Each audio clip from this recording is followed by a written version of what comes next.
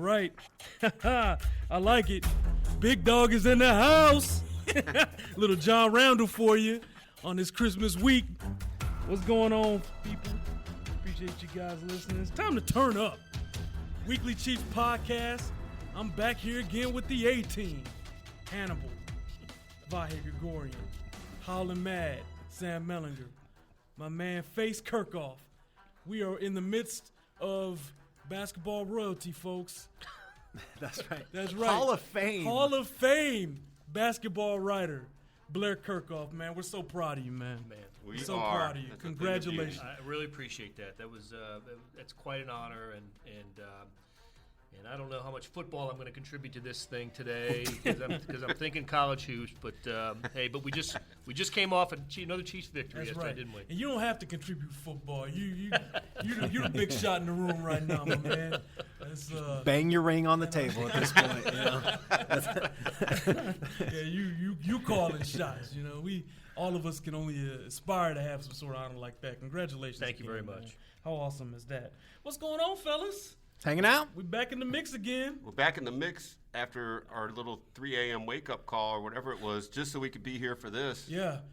That's how much this podcast means to us. That's how much it does. And Andy Reid's press conference. You had to get back for that now.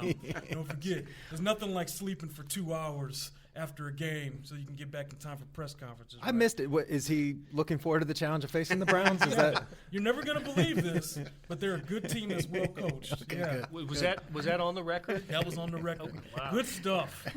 You guys guess who used to say, good stuff? You know who used to say that? Our good friend, Randy Covers. How's it going, Randy? We miss you, buddy. Love you, man. But, hey, I always say I'm not going to grandstand, but who am I kidding?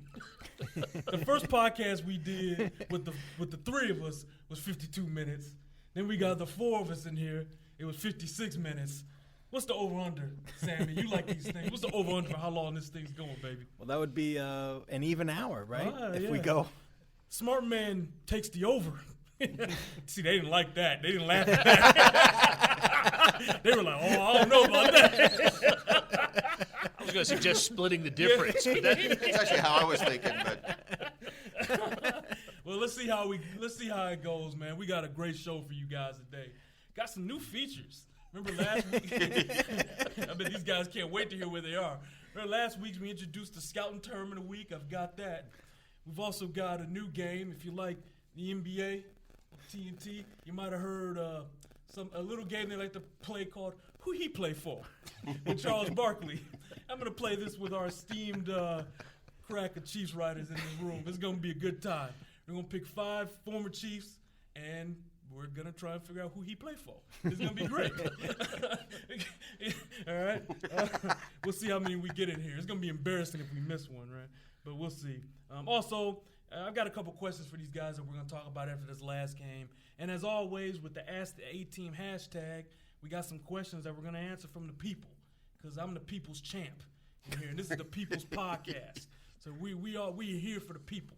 We are public servants. I'm not liking the energy in this thing. Turn up. What are we doing? Let's go. Turn up. But you know what? Let's get this thing cracking, man. As always, we start off with kind of a general question about the game we just saw. Obviously, the Chiefs just went to Baltimore, lovely Baltimore, and took care of the Ravens 34-14. I don't know if I would say it was an interesting game, but just like you put it, Sam, this in your column today, it was a perfectly boring game, which is just what the Chiefs needed. Absolutely. I would be interested to know, because I know who I picked for the grown-ass man of the game, in my opinion. I would be interested to know who you guys picked, though. So in that game, guys, who was your grown-ass man of the game? Who impressed you guys the most? Who would you pick as the player of the game? The first one that comes to my mind is Marcus Peters. Yeah, that's who I picked. Yeah, I mean, he had one play in particular that was really bad. Yeah. I forgot who he was covering, that strip but he wasn't covering a guy, and then gave up about 20 more yards when he tried to strip it and missed the tackle. But like he does, he also made the big plays in that game. The 90-yard or whatever, was it 90 even? Yeah. Pick six, and then another interception. And I just I'm in the bag for this guy. Like I'm all in on Marcus Peters. You bought the stock. pretty quickly. I on just the ground floor. oh my gosh, I just love the way that he plays the game. I like the idea. I like the fact that he has been targeted more than any cornerback in the league, and he's standing up to it. I mean, this could be his senior year in college, and he's been targeted more times than anybody in the NFL, and he's standing up to it. A 72.6 passer rating, according to Pro Football Focus. I think the guy's having a spectacular year. And the most impressive thing with Peters is that you don't get the sense, even for an England, that any of those completions he's given up have shaken his confidence at all. Right. Like, it just doesn't even affect him. Yep. It's like us when we we're walking and we might step on a bug and we don't even know. Like, it's just like, I gave up a 40-yard complete. Oh, okay, I'm going to get him next time. He don't even care. Yeah. That's the best thing about it. I'll take a pick six and do the Ray Lewis dance in the end zone. On the next drive, it's coming. Right. We know with his 2 interceptions on Sunday now leads the team with 7. I'm going to suggest that if he gets 1 or 2 more and just ups that total. Well, he needs 1 to have the Chiefs' record for interceptions by a rookie, but we may not be seeing him in a position to have more interceptions as his career unfolds. Yeah. He may be one of those guys you're not going to throw his way anymore because he has taken. I think he's without knowing what the competition is right now. He's got to be at least AFC Defensive Rookie of the Year, and maybe in the NFL.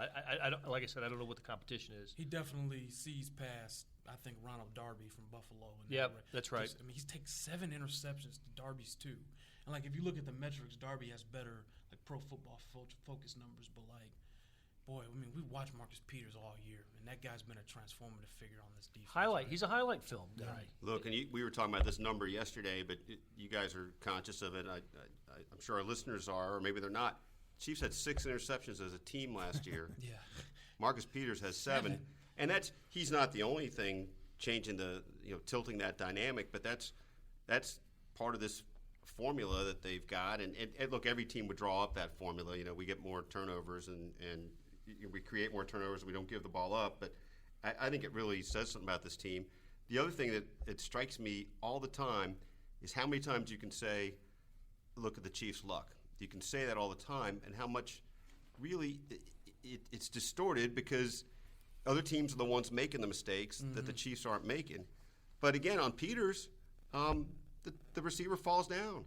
Yeah. Right, on that interception. Now, Peters makes the play and makes it go 90 yards, but every one of their touchdowns yesterday was really because of a hideous Ravens mistake. Yeah. By the way, Jumpman Crow agrees with that take. Speaking of which, you were pretty thrilled, but also ultimately frustrated yesterday when you heard that sound. I did hear the crow. Yeah, there was they had ravens at this place, and I thought this was a great chance to get actual sound for this podcast. I could have had a real drop for us, and I just missed the crows. The idea, though, of you going up with your little voice recorder to the bird and just waiting and recording it. Squawk, squawk. He would have done it. Yeah, the crow would have done it. I just missed the crow, and y'all could have taken pictures and laughed. It would have been great. We couldn't see it because it was in the little carrier case for the 2 crow carrier cases. That's too bad. I've been dying for a quality Jumpman Crow sound. Like this one, I don't know that this one's not up to snuff. Like it's okay. It's okay. Like it's getting the point across. But I missed out on an opportunity to really get us a quality Jumpman Crow sound. And I'm really upset about that. But let's move on past that failure. Straight up, guys, this is not a crazy question. Is Marcus Peters the team's MVP? Who is the Chiefs' MVP right now? Justin Houston's out. Yeah. Justin Houston's their best player. Yeah. But yeah, he's missed a lot of games, and actually we're just talking about Marcus Peters' 7 interceptions. That play that Houston made in San Diego, that interception, that pick six that might be the best play that anybody on the Chiefs has made this year.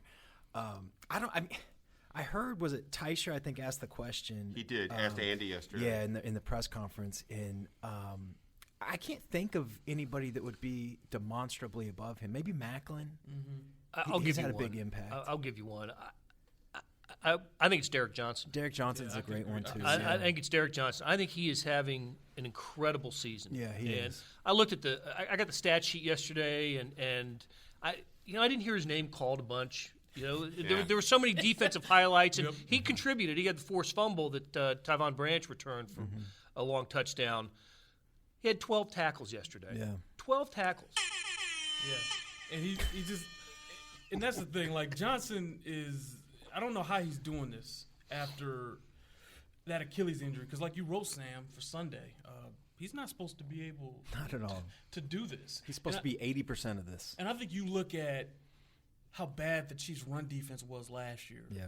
And now you look at they're a stout group. Like they've been 10 times better against the run this year.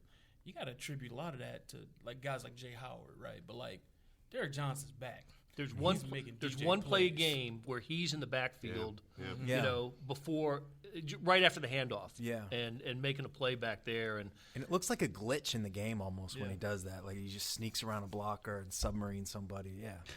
You know what's interesting to me is I think those would be the nominees. Think about, no Jamal Charles, no Justin Houston for weeks now, and you tell yourself, I would say those are the two best players the Chiefs have, and so now we're weeks and weeks without either of those guys, and then you think about who the guys, the transformative guys that have allowed this to be, and I think it is Jeremy Maclin on offense, and I think it's Marcus Peters on defense, but Derek Johnson and Eric Berry, I think, are better than they were before their respective maladies, however you want to put it. I really don't think there's a clear answer to that question yet. I think they got to play these last two games, and it might be a situation that even when the season ends, like there's not like a easy pick for team MVP. Like that's a sign of a good team, though. Yeah. No one's mentioned Alex. He's done a nice job taking. Yeah, I was care just of going it, to say you know there's a what I good case to make for him, too. I mean, he takes a lot of heat, but mean? hadn't turned the ball over, you know? Yeah. I think that's a sign of a good team, though. Yeah. You just can't really can't figure out who it would be. But I guess if I had to pick, man, I mean, I guess I'd side with Derek. I mean, I think being able to stop the run's been a huge deal, and just his presence there. Those linebackers look up to him. I mean, he really means a lot back there. But man, Peters deserves some consideration. Yeah. Jeremy does too. I mean, I've talked a lot about what Jeremy brought to these guys. It's obvious too. You're making me realize it wasn't Adam didn't ask Andy Reid about it. He asked Alex Smith about it yesterday, and I think this was genuine. Alex just said, we don't think that way, and I don't really think they do. I mean, I think there's enough leadership to go around, both in terms of what you do on the field, but also who actually leads. So it is a tough thing to say one is more than anybody else. 5 or 6 Pro Bowlers, though. Yeah. I think maybe 5 or 6. Yeah, they should be represented pretty well there. And I guess that kind of leads into our next question. My next question for you guys is, a lot of times, I don't know about you guys, but like a lot of times, I get questions from fans, like they want to know what these guys are like, are these guys cool? Like who's the coolest guy in there and that kind of thing. And, so in some markets, some reporters that cover the team, they got something called the Media Good Guy Award. And that's something where the writers, team up to decide, like, all right, who's been the most helpful player for us, who's always been available, that helps us do our jobs. Now, that's not an award we have here in Kansas City. We haven't had that, I think, ever. But I do think that's, like, kind of an interesting question. Like, who would be, if that was an award we did have on this team, like, who would that go to? And, I mean, Sam, you've been here a long time. You've been doing this a long time, right? And Sam, and Vahe, you've been in this room too now. So I am curious to know, like, who do you guys think would win that award? Like, who's a pretty helpful guy that kind of gets that we have a job to do and is always around? To me, the first two that come to mind is Derek, Derek Johnson and Tamba. Yeah. And either one of those guys. And look, like Jeremy Macklin's great. There's some other guys too, but I'd go with Tamba just because I think that Tamba is super smart and his answers are thoughtful and he stays away from cliches, I think, for the most part. He doesn't always talk, but when he does, he's very polite, professional, courteous.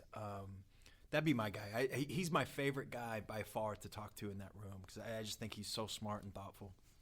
I have found him to be really enjoyable to talk to, but I have not found him to be consistently available. and there's a lot of reasons for that. I'm not blaming him, but the Derek is, to me, tremendous. Yeah. And look, I base my answer a little bit on how much does he seek to help us? Like what's he doing extra to help us? And the other day, they were closing the locker room. He said, "I'll walk out within. Just talk to me for 3 more minutes." Right. He gets it. To me, that's huge. And the other guy that I think I get that he's got to talk. Yeah. But is Alex Smith. Yeah, I think Alex is great. Alex, to me, the really defining part about Alex's answers is that he understands what you're asking about and wants to help you, wants to answer in such a way that it actually contributes to what you're trying to say.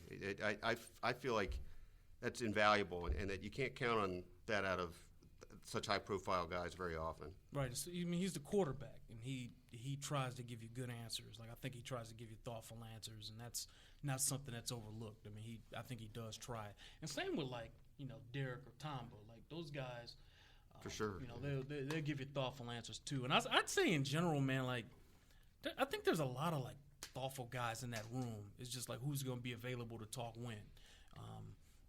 A lot of guys, like, they'll take the time to, like, really consider a question, and there's really too many to name. But the guys that you named are a pretty good starter. Well, I'll give you, and I don't disagree with what anybody has said, but I'll give you a position group that I think is terrific. Offensive line. I love those guys. Offensive line and the rookie center, Mitch Morris. Mitch is awesome. Is as friendly and cooperative on a regular basis as there is in that locker room, and and you can just go down the line. Zach Fulton and Jeff Allen and everybody. Laurent. Donald Stevenson. I mean, they're all Eric Fisher. They're thoughtful and helpful. I've been so impressed with just the quality of person among the offensive line, and it's reflected in every conversation I have with those guys. Listen, it stands out on the Chiefs, but we've spoken about this a little bit. What is it that makes that so generally true that the offensive linemen are the ones that the most enjoyable and thoughtful to talk to? What's the commonality there? I think it's just big guys who kind of understand the concept of working together as a team. And these guys don't have egos, man. Football players, if you play a skill position, you get used to attention and stuff, but linemen don't get any attention, man. Those guys are generally really smart dudes who understand what it's like to work together as a team. And in general, like, it's hard to find an offensive lineman you don't like. I think that's just the nature of the game. Another player like who's kind of like the spokesman for the DBs is Sean Smith. Like, if you catch Sean, Sean's a pretty smart dude, man. Yeah. He's thoughtful too. Like, Sean always he makes himself available. If you ask Sean a question, he'll wait like a few seconds and think about it and then give you an answer. And that's something we've all kind of noticed. It's pretty impressive. A guy that probably doesn't get enough at-bats to qualify, but is absolutely tremendous is Dustin Colquitt. Oh, Colquitt's great, man. He's as thoughtful a guy as there is, I think. But he's the punter. Oh, I mean, I think we've gone this whole time without mentioning Jason Avant. Avant's another really smart guy, man. Like, Avant is thoughtful. He's been doing this a long time now. As a veteran leader, just the whole makeup of that receiver room is really interesting to see now. Guys like Macklin and Avant really kind of setting. Yeah, Conley. We can save that for. We can do a whole show on Chris Conley and what he's about, and of course he's certainly pertinent, not for his hasn't played much, but Vahe, you wrote about it, his Star Wars production.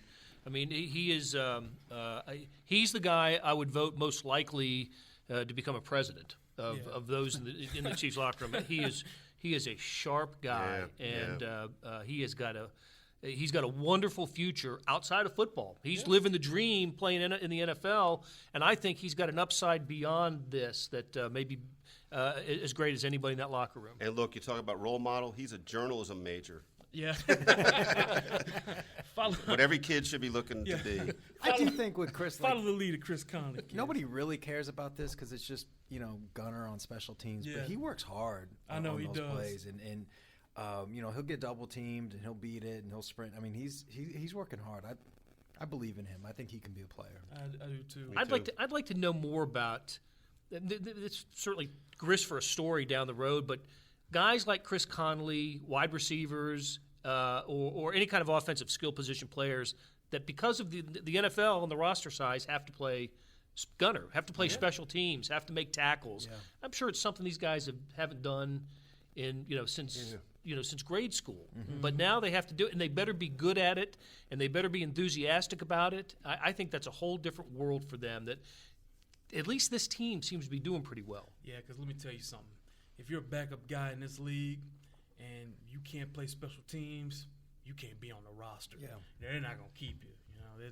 They can find someone that can help on special teams. If you can't, you got to be a pretty special guy to stay on the 53 and not help on special teams to develop. That doesn't happen that way in this league. Right? Yeah, it's kind of weird that, like, for Conley, and I know there's a lot of other examples in the league, that your path to be what you want to be requires like this basically unrelated skill of being a gunner on a coverage team. It's more about effort too, just willingness to do it right. And I noticed early on that Chris was like giving a really good effort on it. Like he really puts in a effort to try. That's like a good sign. Yeah. Another guy who's like good at it that no one talks about that had never done it before was DJ Alexander, man, at the 5th round pick from Oregon State. Like that's something he'd never really done before, I don't think. And now he's their leading special teams tackle. That's right, leads. So that's in their point system, he has the most points. So that earns him an opportunity in the future to stay on the roster. Like that's a real thing. I love that point though about it being unrelated. It's got no relationship at all to what's going to make him a go in this league. Yeah. Yeah. All right, time to have a little bit of fun now. This week's scouting term of the week: traffic cop. I want you guys to tell me what position a traffic cop best described. Like, what if a scout used the term traffic cop? What position are they probably talking about? I'm taking answers right now. While we wait for our answer, let's give credit for past laurels to me for last week for coming up with. Let's do that. Let's just get that covered. For card carrying coward receiver. Today's word is traffic. Term is traffic cop. There's two that come to mind, and I'm going to take a guess and say middle linebacker. Not bad. You got it. Blair and I were both going to say that too. I couldn't get out in time. And I mean, it's pretty obvious. I mean, you're directing guys, you're directing traffic, you're getting guys in position, getting them set up. Can't you picture like some old NFL films thing, like with Butkus in the middle playing like traffic cop music, woven in together with Terez? How would that go? If only there was somebody here who could express a John Facenda-like expression here. Dick Butkus, the Bears' ferocious middle linebacker, held the Lions at bay all afternoon for 4 yards on 34 carries. You could have said that about any linebacker against the Lions. Yeah, that's how it goes if you're a Lions fan, right? All right, not bad. Good job, guys. Time to play another game, though. I don't think you guys are going to fare as well in this one. No, that was... Like I teased a little bit earlier, it's time to play who he play for. And we're taking this right from the NBA on TNT, man. We're taking this right from Kenny and Chuck and those guys, but who cares? It's fun. So we're gonna pick some 5 former Chiefs here, and we got a room full of reporters. Okay, guys. We gotta fire up the Google. Let's put your phones down. Put them down. Put them down. No cheating. Let's start off with an easy one. Former Chiefs inside linebacker or outside linebacker, Andy Studebaker. Who he play for? We all got this one, right? Apparently, he's playing for the Colts. There was a scouting report on this earlier that insinuated that. I'm not going all in on that, though. I don't know it for a fact. I will go all in on that. He's playing for the Colts. I'm all in on that. Not only that, but good friends with former Royal Billy Butler. Oh. Good to know. Yeah, just a useless That fact. is the value of this podcast right there. Hey, that piece of knowledge. We not only bring juice, we bring knowledge to the table. You look at that. You just learned something. All right, 1 for 1. Good job. Number 2, Tyler Palko. Who he play for? Rumor has it. Yeah. Last I heard, a financial planning service in Pittsburgh. Well, to be quite honest with you, that's a trick question. I don't know. I just know it ain't football. So, good job. I'm going to give you credit for it. 2 for 2. All right. Seriously now. We got 3 more. Let's seriously. Yeah, now. Serious. We're gonna turn it up now. Former Chiefs guard John Asamoah. Who he play for? Well, I think that's under Sam's specialty area. I'm blank on this. Dolphins. Just a wild guess. That is wrong, obviously. Thank you, Price is Right. The answer is Falcons. On injured reserve. Okay, got mine. 2 for 3. Nice.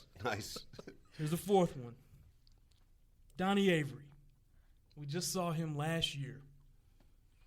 Guys, who does Donnie Avery play for? I'm going to take a diversionary tactic and just ask what number of teams has he played for? This is going to be, whatever it is, it's like his 9th team. That's not a lot. Oh, yeah, I don't know, like 5 or something like that? This is like the who he played for version of, root origin of the word or whatever. Can you use Donnie Avery in a sentence? I at least announced the diversionary tactic. Question, guys. Define Donnie Avery. Number 17. Caught the post route in the 2014 wild card game. Yes, that's right. All right. Wow. We got some answers. I need a guess now. I got nothing. Somebody's got to guess something. Pass. Think outside the box here, guys. IR for somebody? Like the USFL or something like that. It's a The trick Argonauts. Question. He is an unemployed football player right now. So you think outside the box here. Come on. All right, last one. This guy is in the league, so you got to take a guess here. I think you should get this. A 1 in 31 chance. No, maybe not. Quentin Dimps, former chief safety. Who he play for? I'm a 1 in 31 chance. 49ers. Jaguars. Seahawks. Browns.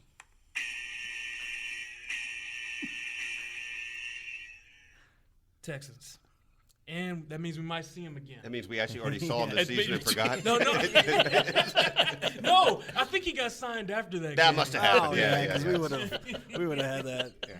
All right, so not great, but it was okay. I mean, it's just kind of fun to check in on former Chiefs. I am interested to know how some of you guys did. If any of you were able to get all those without looking it up, you're a real 5 Chiefs for 5. I'll speak for 2 guys. They'll tell us too. They'll be like, we got 5 for 5. You're a reporter. You don't know it.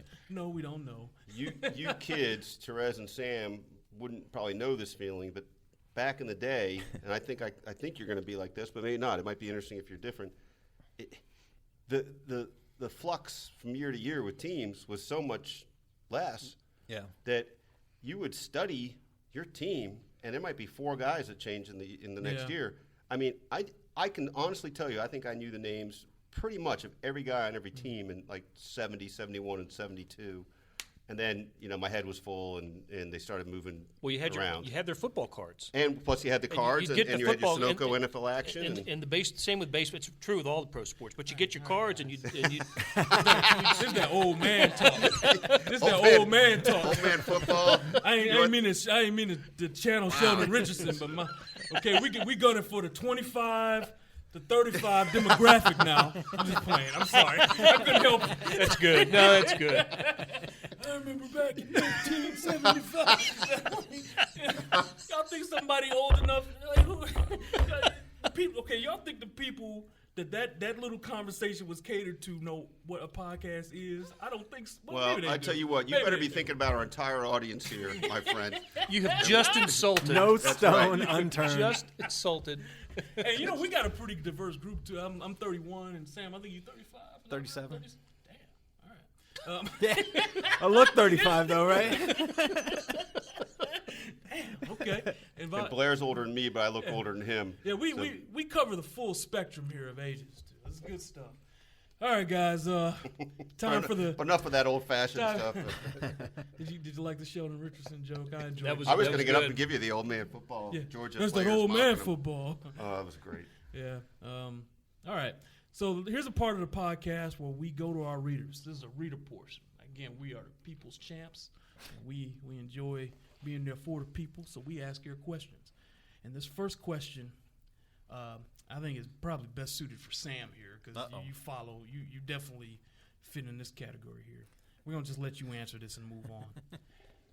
What is an appropriate level of man crush to have for Marcus Peters? Am I in the man crush beat now? I think you are. I mean, you staked. I don't know how to say it, but you staked your claim to that guy early. I mean, you were in the bag for him from the get go. I mean, appropriate on like a 1 to 10. 1 to 10. Give me Yeah, 1 to 10. I think anywhere from 9.6 to 10 would be about where you need to be. Like, here's my. I guess I said this last week, but like, It's okay. if the thing that like sucks about you as a football player is that you care too much and sometimes I it can comes live out in the with it. wrong way, Yeah. I'm in. Especially when you got all these I'm all guys good with just that. paying for that check, Yeah. The check still be here on Monday, guys. Yeah. And he the other thing I really enjoy about him is it's not just like the passion, all that stuff, but I always get the feeling that he puts the quiet work behind that. Oh, he did. And that, when he steps on the field, he's watched tape. He knows he just has an idea. It's not just all guts and balls out there. Like, I mean, he's brains too, because he's not. Like by NFL cornerback standards, I want to make that clear. By NFL cornerback standards, he's not all that physically talented. He's good. He's got a lot of good traits, but he's mostly guts and brains. And just a quick aside, I think he's a stand-up guy from what we've seen him so far, right? He'll to talk to you now. He'll talk to you, but he'll also be reflective about mistakes, and I appreciate that. Yeah, no, Marcus. Let me one quick thought about him. The first defensive player of the year for the Chiefs, he picked off Brian Hoyer. Remember that? And so we talked to him after the game, and he could not have been more humble about it. That's and true. Talked about was it Justin Houston who got the push? That, right. Yeah. That was all he talked Yeah. about was how Justin Houston made that play happen. He just happened to be standing in the right place at the right time. That's when I became impressed with that guy. Yeah. And you know what? I'll say this, man, consistently through camp, like, those dudes always were saying, like, Marcus was listening. Like, Marcus came in humble. Like, he understood that he was coming in as a starter, but he was deferential in a way, but he still held him. He still had a good way about him. He still had a confident way about him. So, no, I think. Let me say one more thing yeah, about sure. Marcus. Like, I think if you focus a lot on the bluster that he plays with, this may not ring true to you, but I believe that it's 100% true. There's a term that Dayton Moore and a lot of the guys with the Royals use to describe players, and they mean it as like the highest compliment. And they say that he plays with a boyish innocence. And I feel like that's how Marcus approaches the game. He approaches it with, kind of a boyish innocence that I really enjoy. Yeah, I would Reminds agree. you of yourself, doesn't it? Yeah, exactly. Okay. Next thing, I mean, you guys have been here a little longer in this city than I have, so just real quick, from Hamster 1. Does this team and its strategy, is it reminiscent of all of Marty Baller? I mean, the way they've kind of been winning since Jamal went down, does it strike a chord with you guys at all? I mean, I don't know. I guess just because the offense isn't like running up and down the field, but I think that the difference is that to me the Marty Ball thing is like power run game, and it's between the tackles, and this team offensively is more diverse than that, and they do protect the ball, like that's the similarity in the defense, but.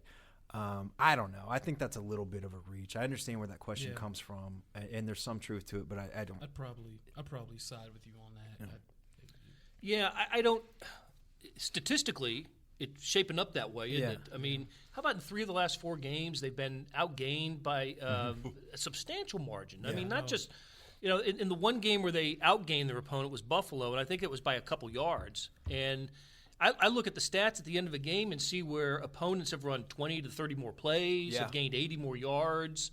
If the Chiefs have their 2 or 3 offensive touchdowns, their two or three field goals, and their 1 or 2 defensive touchdowns every game. That's how they're scoring. That's why they're 30+ the last few games. But That's that Bill Snyder magic. that's right. When you get outgained and win. Can I ask a question about this? Is something I've been thinking about a little bit. I don't know if the Chiefs have something figured out that others don't or anything like that, but do you guys feel like most teams think about the whole 3-pronged approach, how each thing affects the other as much as the Chiefs do? Like, I feel like every element, they're not. We were talking about this yesterday. There's a 3rd and 15. They don't care about getting the first down there. They are completely playing for 5 to 7 yards, so they can punt it and pin the Ravens. It's not a situation where they're behind. They can do that. They have a little luxury with that. But I don't know. I think. And you were onto this, I think, yesterday, and nobody really bit at the question because they're not going to, I don't think. But the idea that the game turns, more conservative, of course it does. Yeah. Once they get a lead, and they don't care about flashy numbers. It doesn't really matter. It's all within the spirit of how it affects the whole picture. Yeah, Well, I think most teams do that. I think the Chiefs do it more than most teams. Yeah. And they should, because their strengths, right, are this badass defense and an offense that protects the ball. Ooh, they've graduated to badass now. Don't you think? Ooh. I think they're close. I mean, I think the way I phrased it was like quietly becoming one of the league's best units. I think that's how I put it. I mean, they're doing this without Houston too. Yeah. I mean, that's They're right behind the Broncos in terms of points allowed. Yeah. Like just a couple of points. And remember this, the points allowed, I have to look this number back up, but they gave up 100. This number I'm pretty sure is right, 125 points in their first 4 games. And I think they've given up 129 in the game since. Something like that. It's really close. It's really close. And how about the stat that Terez cut me off yesterday on the video? 50 to outscoring opponents 50-0 in the fourth. You're taking all my stats, man. 50-0 in the fourth quarter of their last 5 games. Man, that's impressive. That's gold. Okay, so I'm just gonna give you guys veto power here. I got a question about the quarterback, and it's how many QBs are playing better than Alex Smith right now? Are you guys tired of talking about the quarterback? Is that something you want to get into? I guess it's fine. I just don't. I can't. Not I'm not what I watching thought. other quarterbacks enough to it's be like, tough, right? this guy and this other guy, but not this third guy. And the other thing is, to me, it's about the context of this team, right, that matters. Right. And so it's, we could explore it, but yeah. Well, let's just look at it this way. Let's go in reverse order. The teams, the 8-game winning streak. One of the Chiefs faced a team that didn't have either their starting quarterback or a quarterback that missed some time during the season with an injury. Derek Carr, I guess, would be. Yeah, Carr's pretty good. Yeah, but Phillip Rivers. And I'm sorry, I take that back. Rivers would have been twice, but I guess I'm thinking about Baltimore Sunday, the Steelers. They played Landry Jones. Like I know the Broncos. The Bill. No, they had Tyrod's actually. Tyrod was good, but He played really good that day too. He was making some grown ass man throws. I didn't know that was coming. All right, let me walk back from this. let me walk it back a little bit. They just seem to have faced more than their share of. I think in the big picture that's they fair have. Though. Yeah. No, Blair, that's fair because I guess the next question to that is: remember they started 9-0 a few years ago, facing all the backup quarterbacks. Is there something to that? I mean, do we think? All right, straight up, I'm just going to ask. Is some of this 8-game winning streak fool's gold at all? Is there any comparison that can be made to that from 2 years ago? Well, I think it depends on where you think this puts the Chiefs. If you think that it makes them the best team in the AFC or whatever, then yeah. I actually went through this for a completely unrelated and stupid little exercise, but they've only been out of this 8-game win streak, and I think this would be surprising to a lot of people considering they were 1-5 when the thing started. They've only been the underdog once in those 8 games, and that was the game at Denver. All the rest, because Pittsburgh was the first game of the win streak, and they had Landry Jones. So it's they're not beating the 85 Bears during the streak, but you know what? They're beating the teams that are on the schedule, and for the most part, they're beating the crap out of them. I mean, the average margin of victory, I think, is 17 or something like that. The fool's gold question is an interesting question because we look back. Do we look back at that first Andy Reid team as a fool's gold thing, or do we really remember that it was bizarre circumstances that kept them from winning a playoff game, really. I mean, one way or another, and self-inflicted. Yeah. But, I mean, does that mean they weren't really all that, or they just couldn't? But wouldn't that, correct me if I'm wrong, but didn't that team come off a last place? They had a last place schedule that year, did. too? Yeah. They did. From the And that was a front load. that was a well-earned last place schedule too. Yeah, they did deserve that. But that was the difference in that schedule was it was front loaded in their favor.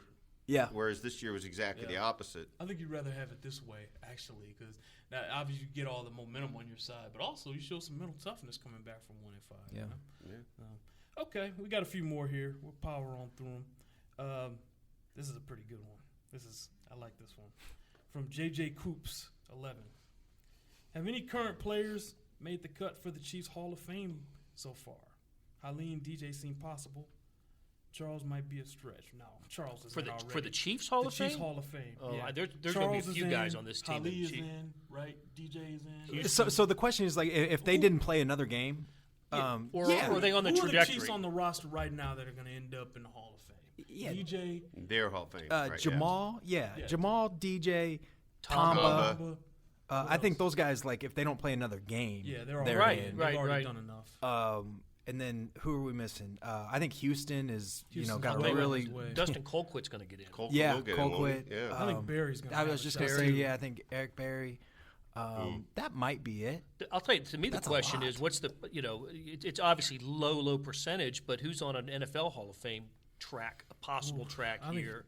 Charles needs a few more seasons. It's- I don't think anybody. I think Justin Houston might, has a Got shot. a You shot. would give him his a chance at 10 or 15 or something right now, but if he can get 2-3 more really productive years, get that sack total up, and I can see him as the player current Chief with the best That's about chance. Yeah, he'd be the best bet. What about Dwayne Bowe?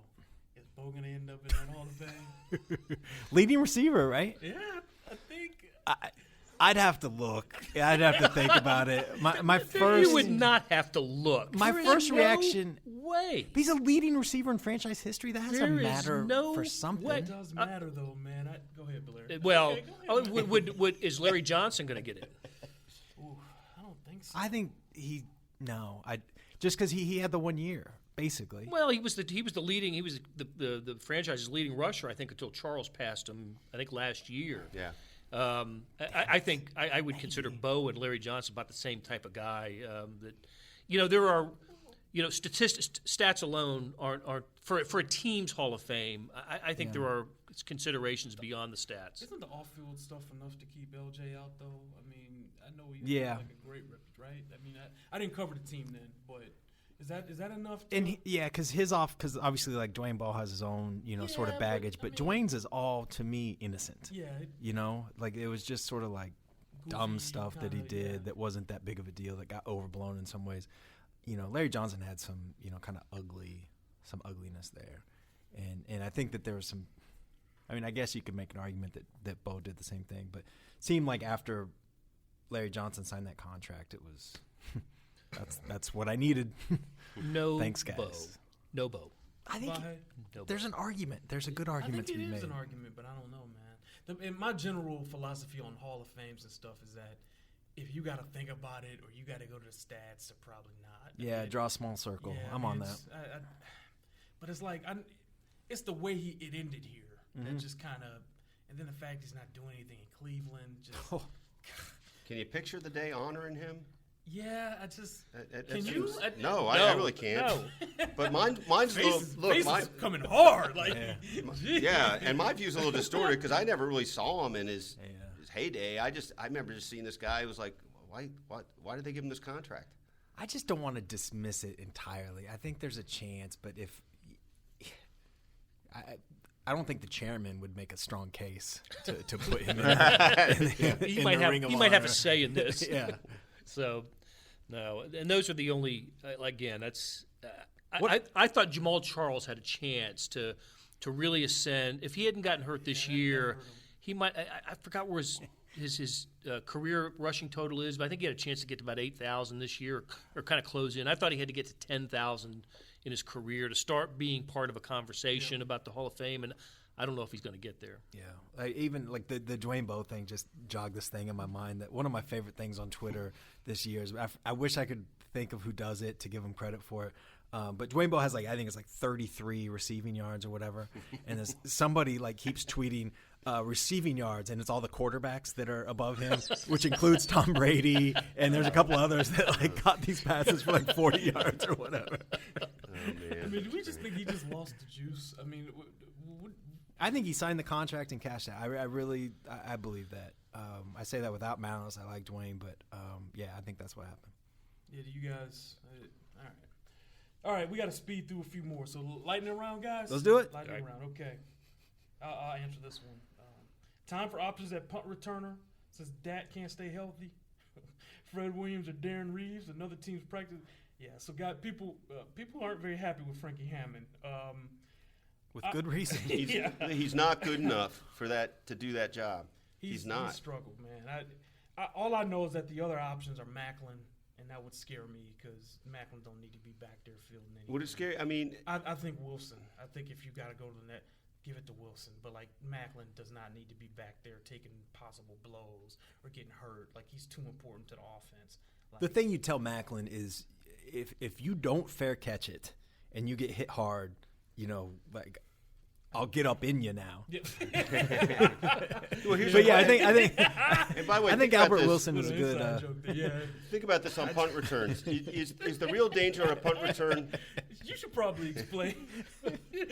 Go ahead. It's fine. No. Just on a punt return, how dangerous or how injury prone or susceptible is somebody if you don't get that first blow, right? I mean, do people get hurt 10 yards downfield on punt returns, or do they just get hurt if they use bad judgment? You're just setting yourself up to get hit by kamikaze guys. I don't. It's the biggest collision in the game. Yeah, no. Yeah.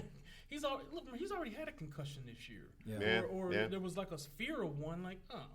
No pass. No Macklin.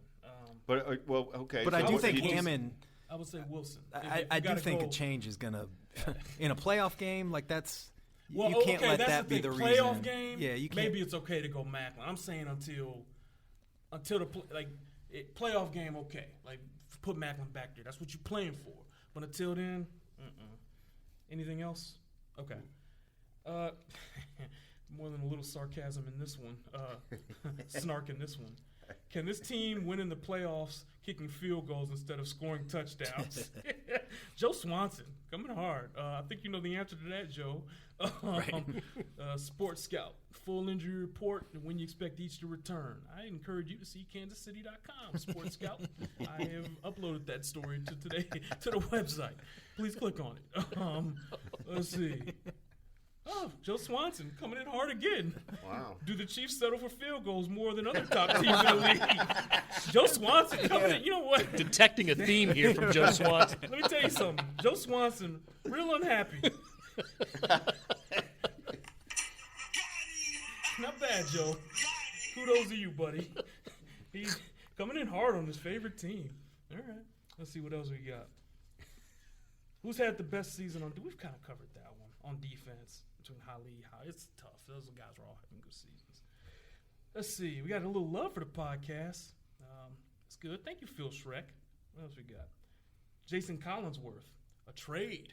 He wants to know, with the Chiefs having 4 quality running backs, he put quality in quotation marks. Chiefs fans, pretty snarky. This is a snarky group. Okay. Especially with 8 wins in a row under their belt, No happiness at all. I would hate to see what they were like if we were doing this when they were 1-5. Good Lord. Or in 2012. Oh gosh, that would have turned dark. Yeah. That would have been darker than the second season of True Detective. Wow. The Colin Farrell face. All right, would you guys look to trade any of these 4 running backs for value or anything? I don't think you get anything. I think people have figured out that running backs can be replaced. I could see the one guy not coming back being Niall Davis because he expects to play. But I mean, who's going to trade something? Exactly. You know Think about that. Release him. Think if another team had Spencer Ware, Sharkhandrick West, or Niall Davis. What would you be comfortable with the Chiefs trading to get that guy? Yeah. Nothing. Yeah. Not even a 7th round pick. Right. You'd wait for them to maybe a release 7th round pick. They're not going to keep 4. Well, they probably would keep 4. But okay. Let's see. All right, guys. I like I say, I'm pretty big on making sure we take care of our fans, and I'm proud to say that's all the questions. Good questions. I think good questions. Not bad. Yep. I added a little snark to it too. That's okay. We like that. When you can contribute to the show, I'll put you on the show. Okay. So thanks again, guys. We appreciate you listening. I want you to remember to rate and review us on iTunes. That's important. Please rate and review us. We've gotten some reviews so far. It's good. I'm glad people are liking it. Make sure you do that. Check us out on Twitter. Obviously, all 4 of us are on Twitter. We tweet all the time. Check us out on Facebook. Sam and I have pages. Blair, do you guys? It's an age thing with Vahe and I. So Yeah. That's that we're old a man bit stuff. yeah. Thanks for acting like we would have. But, I'm trying to give you the benefit of the doubt. But, hey, remember last week, don't think I'm going to let you off the hook now. Vahe, Sam, neither one of you guys had a bold prediction of the week from me. Blair and I stepped up to the plate and gave ours. You guys, so I'm not letting you off the hook. Plus, now. you guys stepped up with a little imagination and stuff. Yeah. Here's my not really very bold thing. I'm at a point where I believe the Chiefs will win their first playoff game, and I believe firmly that they'll get in the playoffs, obviously. And as some wise guy in this room pointed out, actually the more bold decision right now would be to say that they won't win a playoff game, but I think they will. I don't think it's foregone that they'll, I think they'll go into a playoff game. The most likely scenario, right, is that they'd be the 5 and play Houston, right? Mm-hmm. And they'd probably right now, be right? like a 3-point favorite, maybe 4-point favorite, something like that. I mean, They would be the favorite on the road. Yeah, 60-40 chance, something like that. The interesting thing, if they could get up, if the Broncos can lose, and then the Chiefs win the division, but then that would set up perhaps the Steelers, a better team, but you're at home and all that sort of. Anyway, I don't know how bold this is. You tell me. Travis Kelce will not fumble the rest of the season. It counts. All right. It counts. All right. As always, our bold prediction of the week brought to you by Prince from 1989 Batman. Think about the future. Yep. We're in the prognostication game, fellas. That's how it goes. God, I love drops, man. They're just the best. And hey, I want you guys to know, we really enjoy doing these podcasts. So we're gonna keep doing them, week after week. This is gonna be a constant thing as long as these guys are in the mix here. Playoffs, all that. We're gonna keep cranking them out. And as always, we appreciate your listenership. And guys, go ahead and plug your stuff. Who's got something coming up this week? Guys, got anything you want to plug? Christmas. I want to plug Christmas. I want you guys to all have a good one. All right. All have a good one, especially you, big man. I'm gonna go home for a little bit. It's gonna be good, man. You deserve It's it. gonna be good. I'm trying to I don't have anything locked in enough I don't wanna to be commit. able to promote. And I was trying to look up for our guy, who was it, Joe, the snarky field goal guy. Yeah. I was trying to look up these numbers. I'm gonna try and I'll do it later when I get on my computer. But I'm kind of curious about it. I feel like I looked this up like a week ago, and the Chiefs weren't. It was one of those things where when you follow one team, you know what I mean. All of their strengths and weaknesses become exaggerated, and they seem to be in the middle of the pack to me. The Bengals game and the second Broncos game notwithstanding. But I'll look that up and tweet to our snarky To snarky your point, friend. though, and I might be wrong about this, but remember the thing with the Royals always bunt? Yeah. I remember looking up the stat, and they were 8th in the American League. Yeah. It was I guess we just are fixated on it here. Cannot get through a Chiefs podcast without. We already had the Billy Butler reference earlier. Hey, you win. You win. You get that respect, right? Yep. You get on the podcast, you Yeah. win. That's right. I want winners, right? All right. Well, I'm not gonna go to the drop. I'm a little drop happy, but I like them. But all right. Seeing as how we just came out of Baltimore, and you guys watch The Wire in here? Who watches Love The Wire. What, you guys? I haven't. I've Wire only guys? seen a little bit of it before. Have you- yeah. All right. Well, I figured since we got a little production change this week and getting our outro won't be the same, I figured I'd take us out solo with a little a cappella version of the Wire intro, way down in the hole. All right. So let's get a little silence here as I take us on out. And this is my Christmas gift to you guys. I love you. Merry Christmas. Boom, boom, boom, boom, boom, boom, boom. Boom, boom, boom, boom, boom, boom. If you walk in the garden, you better watch your back. But I beg your pardon on the straight and narrow track. If you walk with Jesus, he'll save your soul. You gotta keep the devil way down in the hole. Merry Christmas. Love y'all. That's We out. beautiful. Peace.